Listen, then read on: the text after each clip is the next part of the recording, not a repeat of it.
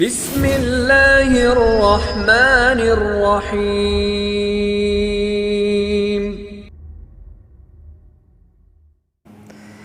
جبری تبدیلی مذہب کا بل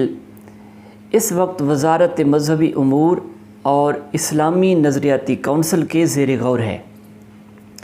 جہاں سے کسی نتیجے پر پہنچنے کے بعد اسے قومی اسمبلی میں منظوری کے لیے پیش کیا جائے گا۔ اس بل کے چیدہ نکات حسب ذیل ہیں۔ نمبر 1، مجوزہ بل کے مطابق کوئی بھی غیر مسلم کہ جس کی عمر 18 سال سے زیادہ ہے اور وہ مذہب تبدیل کرنے کے قابل اور اس پر آمادہ ہے، اپنے قریبی ایڈیشنل سیشن جج سے تبدیلی مذہب کے سرٹیفکیٹ کے لیے درخواست دے گا۔ ایڈیشنل سیشن جج مذہب کی تبدیلی کے لیے درخواست موصول ہونے کے 7 دن کے اندر انٹرویو کی تاریخ مقرر کرے گا۔ فراہم کردہ تاریخ پر متعلقہ شخص ایڈیشنل سیشن جج کے سامنے پیش ہوگا، جو اس بات کو یقینی بنائے گا کہ مذہب کی تبدیلی کسی دباؤ کے تحت نہیں اور نہ ہی کسی دھوکہ دہی یا غلط بیانی کی وجہ سے ہے۔ غیر مسلم شخص جو اپنا مذہب اپنانا چاہتا ہے، ایڈیشنل سیشن جج اس کے مذہبی اسکالر سے اس غیر مسلم کی ملاقات کا انتظام کرے گا۔ ایڈیشنل سیشن جج مذاہب کا تقابلی مطالعہ کرنے اور دوبارہ دفتر واپس آنے کے لیے غیر مسلم شخص کو 90 دن کا وقت دے گا۔ اگر وہ 90 دن کے بعد بھی اپنا مذہب تبدیل کرنے کے فیصلے پر قائم رہتا ہے، اسے مذہب کی تبدیلی کا سرٹیفکیٹ جاری کر دیا جائے گا۔ اپنے فیصلے پر غور و فکر کے لیے 90 دن کی طویل مدت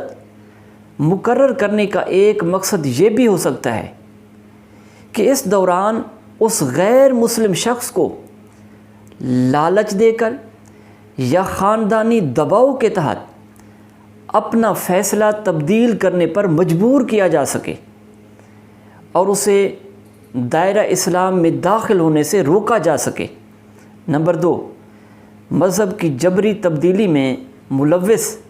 فرد کو کم از کم 5 سال، زیادہ سے زیادہ 10 سال تک قید کی سزا اور 1 سے 2 لاکھ جرمانہ ہوگا۔ یعنی اگر کوئی مبلغ اسلام 18 سال سے کم عمر والے غیر مسلم کو قبول اسلام کی دعوت دے اور وہ اس پر آمادہ ہو جائے تو اسے بھی جبری تبدیلی مذہب میں شمار کیا جائے گا اور اس مبلغ اسلام کو 5 سے 10 سال تک قید اور جرمانے کی سزا کا سامنا کرنا ہوگا۔ نمبر 3، اس بل میں ایسے شخص کے لیے بھی کم از کم 3 سال قید کی سزا تجویز کی گئی ہے جو ایسے شخص کا نکاح پڑھائے کہ جس کا مجبوراً مذہب تبدیل کرایا گیا ہو۔ بل کی اس شق کا ایک مقصد یہ بھی ہو سکتا ہے کہ اگر کوئی ہندو یا عیسائی عورت اسلام قبول کر لے تو اس کی عزت اور آبرو کی حفاظت اور اسے معاشی اور معاشرتی پریشانیوں سے بچانے کے لیے کوئی مسلمان خود کو اس سے نکاح کرنے کے لیے ہرگز پیش نہ کرے، تاکہ وہ عورت کچھ عرصہ در بدر ٹھوکریں کھانے کے بعد دوبارہ ہندو مذہب یا عیسائیت اختیار کر لے۔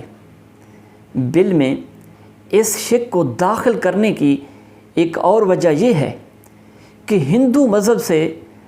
تعلق رکھنے والوں میں سے بعض کا یہ کہنا ہے